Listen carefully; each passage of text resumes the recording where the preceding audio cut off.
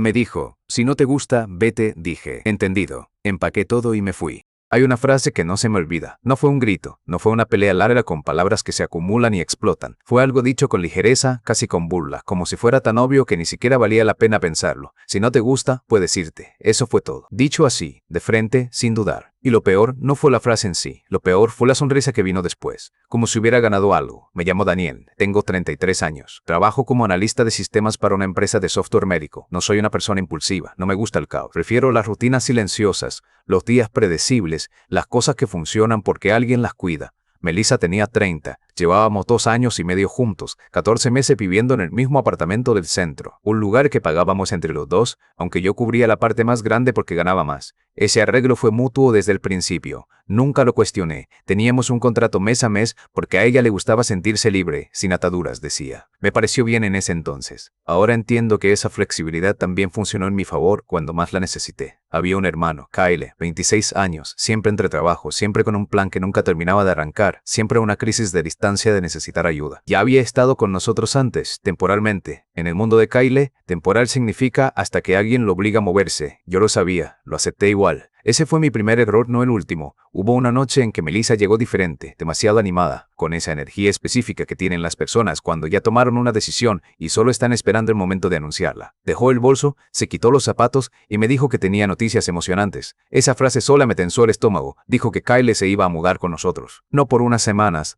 no mientras encontraba algo mejor, permanentemente. Lo dijo como quien dice que se acabó el café, sin pausa, sin pregunta, solo una declaración entregada con la seguridad de quien asume que el otro va a sentir, que el otro va a... Y luego añadió con la misma calma que como yo ya cubría la mayoría de los gastos, tenía sentido que también asumiera los costos adicionales, comida, servicios, internet, porque Kyle era familia y la familia necesita apoyo. Si alguna vez alguien te presentó una decisión que te afecta directamente como si ya estuviera tomada sin preguntarte, sin considerarte, sabes exactamente cómo se siente ese momento. No es enojo inmediato, es una especie de desconcierto frío, como si el suelo se hubiera movido apenas 1 centímetro y nadie más lo hubiera notado. Le pregunté cuándo habíamos hablado de esto. Dijo que no necesitaba discusión. Le dije que no me sentía cómodo con ese arreglo, que necesitábamos hablar de límites, de finanzas, de tiempos. Fue ahí cuando su tono cambió. Si no te gusta, puedes irte, sin hesitación, sin negociación, como una prueba. La miré unos segundos y en ese momento entendí algo que tardé más en saber procesar. Ella no estaba peleando conmigo, estaba apostando a que yo iba a ceder. Respondí con una sola palabra. Entendido, sonrió,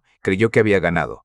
Hay personas que usan las palabras como si no tuvieran consecuencias, como si lo que dicen fuera solo presión, no decisión. Pero cuando alguien te cree lo suficiente como para tomarte en serio, eso los rompe por dentro.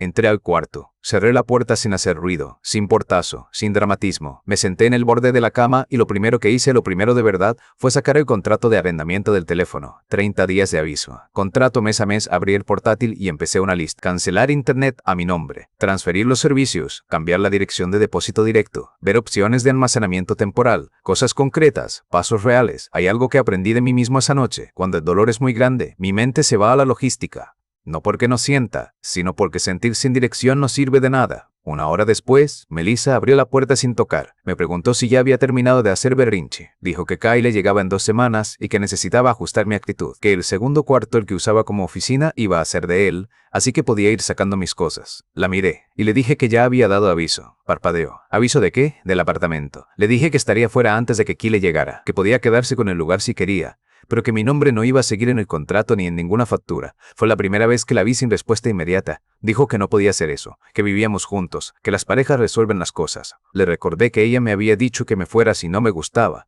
Le dije que la tomé en serio. Eso no era lo que quería decir. Esa frase llegó demasiado tarde, porque en el momento en que hizo mi hogar condicional, en que lo usó como herramienta para obligarme a algo entre nosotros, se fracturó de una manera que ya no tenía reparación posible, y ella apenas estaba empezando a entenderlo. Lo que pasó después fue extraño de una manera muy específica. Melissa siguió comportándose como si nada hubiera cambiado. Hablaba de colores para el cuarto de Kyle. Se quejaba de lo apretado que iba a quedar el apartamento con 3 personas, pero lo decía como si eso fuera un sacrificio noble. Me pidió que ayudara a mover algunas cosas de él. Yo no respondí. Ya había enviado el aviso escrito al administrador esa misma noche, sin drama, sin advertencias, solo trámite. Empecé a empacar con calma. Ropa primero, luego mi escritorio, luego las cosas de cocina que yo había comprado. No tomé nada compartido si no podía probar que era mío. Todo etiquetado. todo apilado ordenadamente en un rincón del cuarto. Melissa me vio y preguntó qué estaba haciendo, como si genuinamente no lo supiera. Le dije que me estaba preparando para mudarme. Se rió, dijo que era un intento de asustarla, que yo siempre necesitaba tiempo para enfriarme, que iba a cambiar de opinión. Añadió que Kyle no tenía a dónde ir y que sería cruel abandonarlos por dinero. Esa forma de enmarcarlo fue intencional. Lo noté en ese momento, pero no dije nada. Le expliqué que esto no era por dinero, era por haber sido excluido de decisiones sobre mi propio hogar. Era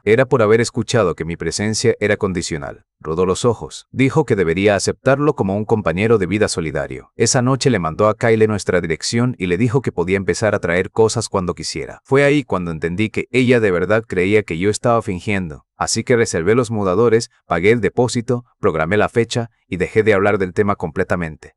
Cuando alguien trata tus límites como decoración, como algo que existe solo para ser ignorado con suficiente presión, no te está subestimando a ti, te está diciendo cuánto te conoce en realidad. El pánico no llegó de golpe, llegó por grietas.